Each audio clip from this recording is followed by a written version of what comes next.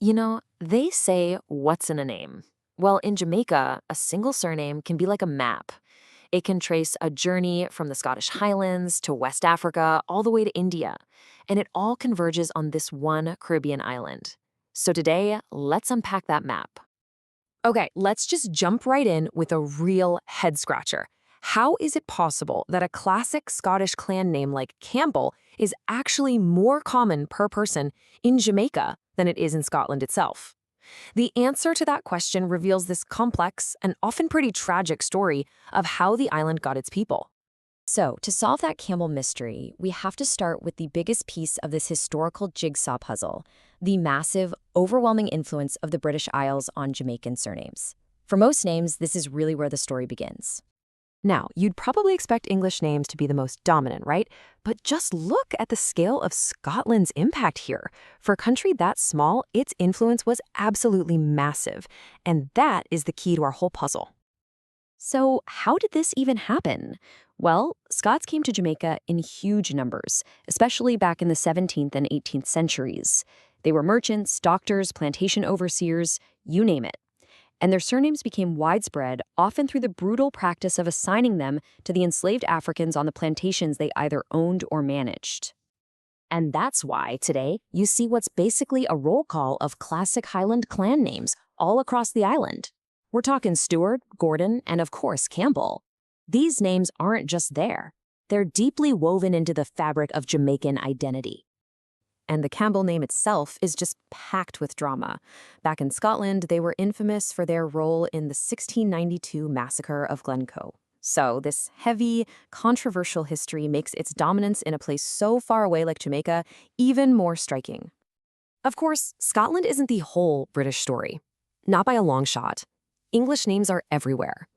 A lot of them, like Smith or Taylor, come from old jobs, while others, like Brown, probably started out as just a simple physical description. And to round out the influence from the British Isles, you've got these two smaller but still really significant streams. Irish names like Kelly and Burke often came over with indentured servants and soldiers, and a bunch of Welsh names also found their way into the island's mix. But the story doesn't begin with the British. Before they took control in 1655, other empires and other groups of people had already left their mark on the island. So here you have these two parallel histories happening at the same time.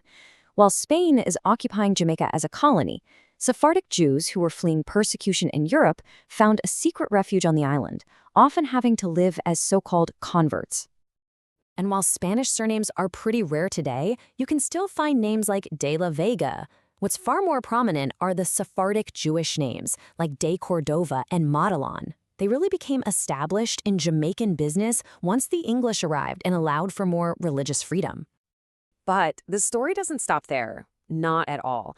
After the abolition of slavery in the 1830s, Jamaica's demographic landscape changed dramatically once again. This brought new waves of people, and you guessed it, new names. So, to fill the massive labor shortages on the sugar plantations after emancipation, the British Empire turned to this new system of indentured servitude. They brought tens of thousands of people from the Indian subcontinent to the Caribbean. And with them, they brought surnames that are now a huge part of the Indo-Jamaican community. Names like Singh and Mirage added another totally distinct thread to the island's cultural tapestry, starting a whole new, crucial chapter in Jamaica's story. This migration really kicked off in 1845, a date that marks a profound shift in the island's identity.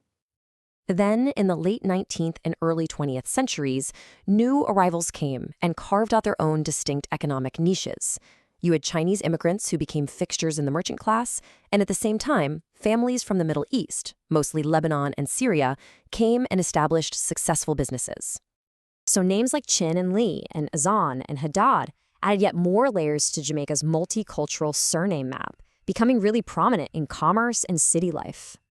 But amidst all these names from Europe and Asia and the Middle East, there was this profound and painful absence.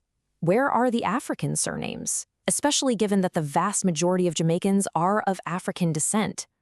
The answer lies in a brutal, deliberate process. Enslaved Africans were systematically stripped of their names, their languages, their cultures. They were just assigned the European surnames of their owners as a tool of control.